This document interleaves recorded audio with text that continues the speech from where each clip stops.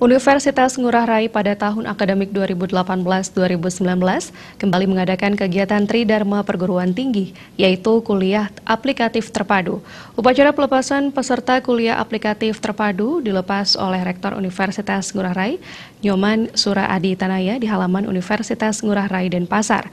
Kegiatan bertemakan melalui KAT, Kita Bangun Desa Berbasis Data Keluarga.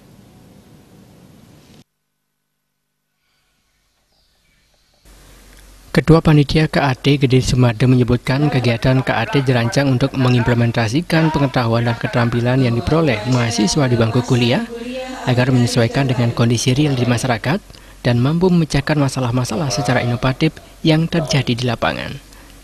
Kegiatan KAT tahun ini difokuskan merancang pembangunan desa berbasis pada data dan kebutuhan masyarakat itu sendiri. KAT dikonsentrasikan di dusun-dusun yang ada di Kabupaten Gianyar dan Tabanan. Pada Kabupaten Gianyar meliputi desa Petak Haje yang diantaranya Dusun Mantring, Padpadan, dan Dusun Penyembahan.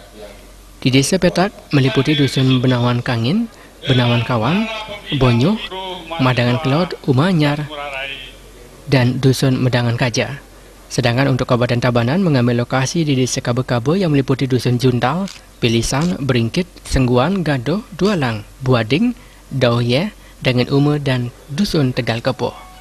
Menurut Rektor Universitas Ngurah Rai, Nyoman Sura Adi Tanaya, kegiatan ini bertujuan mendidik dan melatih mahasiswa agar tanggap dengan masalah yang sedang dihadapi masyarakat desa, serta meningkatkan kemampuan dosen bersama mahasiswa untuk menghasilkan karya penelitian dan pengabdian masyarakat yang berkualitas.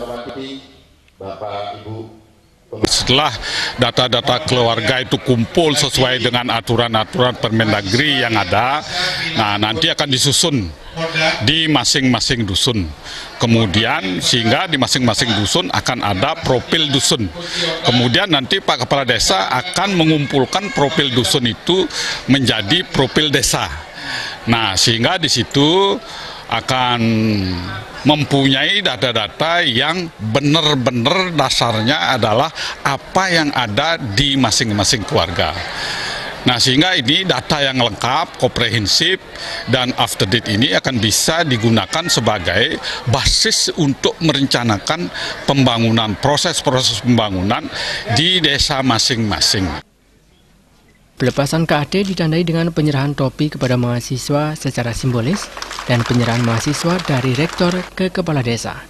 Peserta kuliah aplikatif terpadu diikuti sebanyak 651 orang mahasiswa, terdiri dari Fakultas Hukum 169 orang, Fakultas Ekonomi 247 orang, Fakultas Teknik 98 orang, dan Visipol sebanyak 121 orang.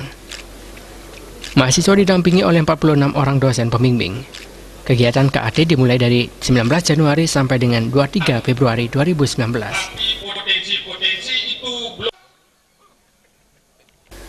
Halis Setiawan, Bel TV.